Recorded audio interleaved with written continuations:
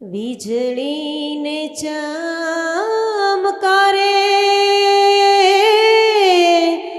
મોતીડા પરોવો પાનબાઈ. આની ઉપર આપણે કાલે ચર્ચા થઈ ગઈ. અચાનક અંધારા થશે જી. આની ઉપર ચર્ચા થઈ ગઈ. શું વીજળીનો ચમકારો, અચાનક અંધારા શું થશે, મોતીડા પોરો એટલે શું? કાલે ચર્ચા થઈ ગઈ કે નહીં? જ્યાં સુધી હું ભૂલતા ન હો ત્યાં સુધી થઈ ગઈ ને? તો આનો મર્મ તમે સમજી ગયા કે કેવી રીતે મોતીડું પોરાવવાનું છે. વીજળીનો ચમકારો એટલે તમને કહી દઉં, સાયન્ટિસ્ટોએ શું પ્રૂવ કર્યું છે કે એક ચમકારો ખાલી એની અંદર એટલી બધી એનર્જી છે કે એક ચમકારાની એનર્જીને જો સ્ટોર કરવામાં આવે તો ભારત દેશની 1 વર્ષની ઇલેક્ટ્રિસિટી પૂરી પડે. પરંતુ એ કરી ન શકે. શું કામ? કારણ કે ક્યાં થશે ખબર નથી, ક્યાં થશે ખબર નથી, ક્યારે થશે ખબર નથી. બંને વસ્તુની ખબર નથી. એટલા માટે જ્યારે ચમકારો થાય એ મોકો લઈ લઈએ આપણે. એટલે કાલે મેં કીધું હતું, જેવું ક્લિક થાય એટલે નક્કી કરી લેજો હવે મારે આમ જ કરવું છે. એટલે મોતીડું પરવું એટલે શું? અહીંયાથી કોઈ એક વાત તમે સાંભળી અને તમને ક્લિક થયું એટલે તરત જ ડિસિઝન લઈ લો, હવે મારે આમ જ કરવું છે અને મારે આમ નથી કરવું. ઓકે? જોત રે જોતામાં દિવસો વયા રે જશે બાઈજી. 21,600 કાળ થશે. એટલે શું? એટલે શું 21,600 કાળ થશે? જોત રે જોતામાં દિવસો વયા જશે એટલે શું? નક્કી નહીં કરો ને તો 100 વર્ષ કેમ પૂરા થઈ જાય ખબર નહીં પડે ભાઈ. 100 વર્ષ જતા રહેશે, 200 વર્ષ હશે જતા રહેશે, ખબર નહીં પડે. મુઠ્ઠીમાંથી રેત જેમ સરી જાય ને એમ ખબર નહીં પડે દિવસો કેમ વયા ગયા. 21,600 એટલે શું?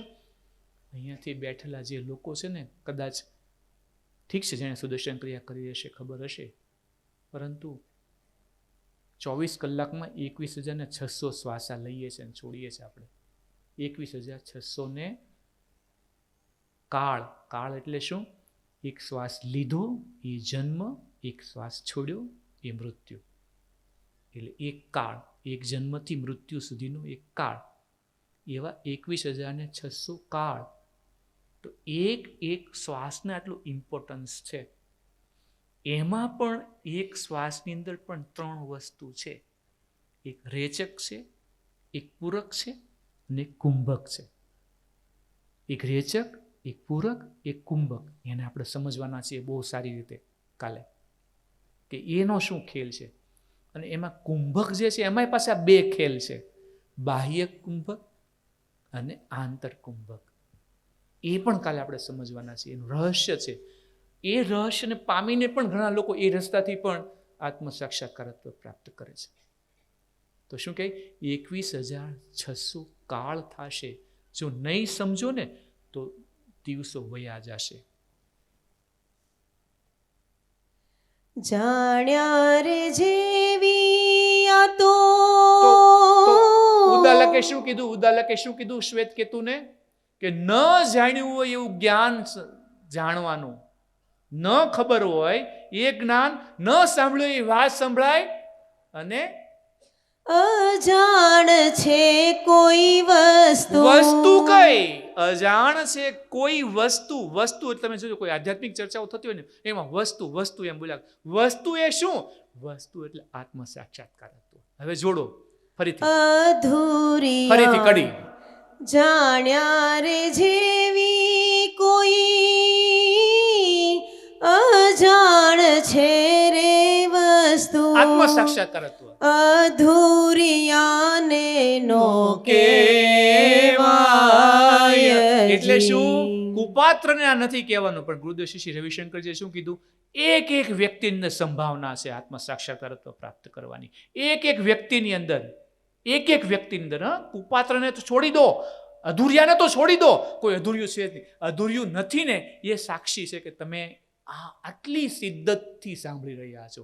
કારણ કે અધૂરાપણું નથી, એની અંદર ક્યુરિયોસિટી છે, ઉત્સુકતા છે. એટલે અધૂરાપણું તો છે જ નહીં. ગુપતરસનો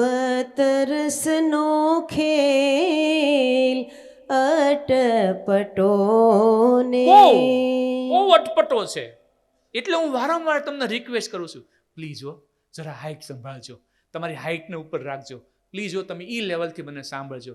જરા અઘરું છે, હું કોશિશ કરું છું તમને સમજાવવાની. આવું વારંવાર શું કામ બોલું છું? તમને મારી સાથે જોડી રહ્યો છું. ગુપતરસનો ખેલ અટપટો ને આટી મેલો તો અરે રે રે રે, શું વાત કરી દીધી તમે? શું વાત કરી દીધી? આટી મેલો તો સમજાય. એટલે હું કે ખબર, વળ ખાવાનું બંધ કરી દો એમ કહે છે. આ વાતમાં વળ ખાવ છો ને ઘરમાં બધે, એ બંધ કરી દો. કોઈ કાંઈક ક્યાંય રીહ ચડી જાય ને 15 દી સુધી રીહ ન ઉતરે. વળ ખાવાનું બંધ કરશો ને તો સમજાશે. ફરીથી ગુપતરસનો ખેલ અટપટો ને આટી મેલો તો સમજાયજી. માન રે મૂકીને તમે આવો મેદાન માને. હવે એમાં માન ને અપમાન હું યાર? હવે એમાં એ તો શબ્દનો ખેલ છે. તો મને તો માન મળે તો જ હું જાઉં, મને તો આવું જ મળે તો જાય. આ રસ્તા પર નહીં, એ બધું બહાર ખરું, બધું અહીંયા નહીં. ફલાણા ભાઈ, ઢીકણા ભાઈ, મર્સિડીઝ બેન્ચ. માન મૂકો તો શરત પહેલી, માન મૂકવું પડશે. હો જાડેજાને તમને ખબર છે ને, જાડેજાને કેવો ધુરંધર માણસ, અને એને ધુરંધર માણસ એટલે એમ સહન ન થાય. એટલે એવું સાંભળ્યું કે ભાઈ એની પાસે પેલી તોરલ પાસે મસ્ત ઘોડી છે. તો કે તો માંગાય થોડી એમ કે મરદ માણા માંગે થોડો ચોરી આવી, અને એ ચોરવા ગયા ને એ કહાની તમે બધાને ખબર છે. પણ પછી જ્યારે એને કંઈક રિયલાઇઝ થયું તો એણે કીધું કે શું તમે બધું મને આપી દેવા છે? કે હા. કે તો તમે જોઈએ છે. તો એના પતિ કે શું વાત કરે? તો તોરલ કે સ્વામી કે છોડો, એમ કે કાંઈ વાંધો નહીં. એટલે એમ કે તો હાલો હારે. તો જાય છે હારે. કે તમારે શું કરો? કે હવે મને તમે આપો, તમારું મને દીક્ષા આપો. કે દીક્ષા તો આપવું હોય તો હું કહું એમ કરવું પડશે. કે તમે કયો એ કરીશ. તો કે આ શેરીમાંથી છે ને મારા મેલા કપડાં લઈને માથા ઉપર પોટલી લઈને સામે જાઓ, ત્યાં ધોવાના જ તમારે નદી કાંઠે છે. હવે એ શેરીની વાત કરી હતી, એ બજારની, જે બજારમાં એને આતંક ફેલાવતા હતો, રોજ આતંક ફેલાવતા હતા. અને જ્યારે એ પોટલું લઈને જાય ને તો બધા એની પર હસતા હતા. આ રસ્તા ઉપર માનને છોડવું પડશે, માનની અપેક્ષા છોડવી પડશે કે મને કોઈ માન આપે, માનથી બોલાવે. નામ જ મિટાવવું પડશે. નામ મિટશે ને ત્યારે આપણને કંઈક મળશે. નેક્સ્ટ.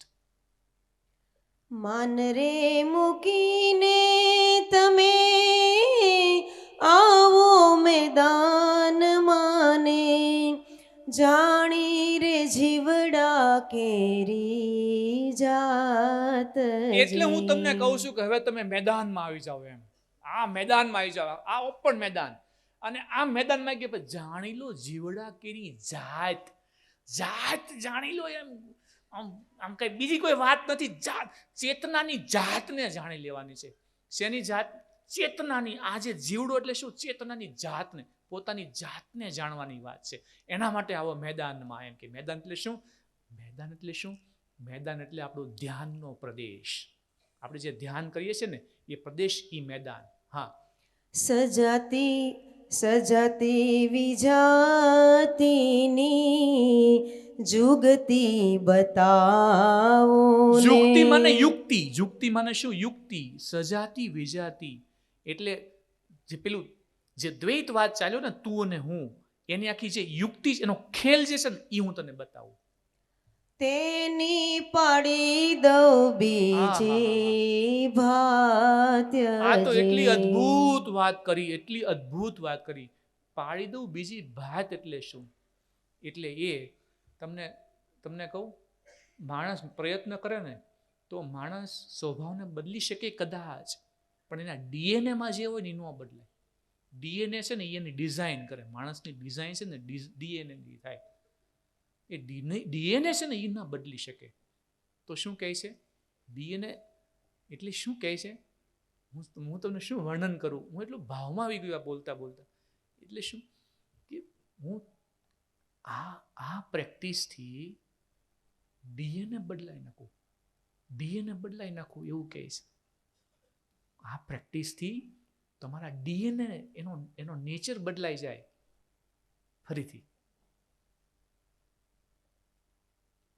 સજાતી વિજાતિની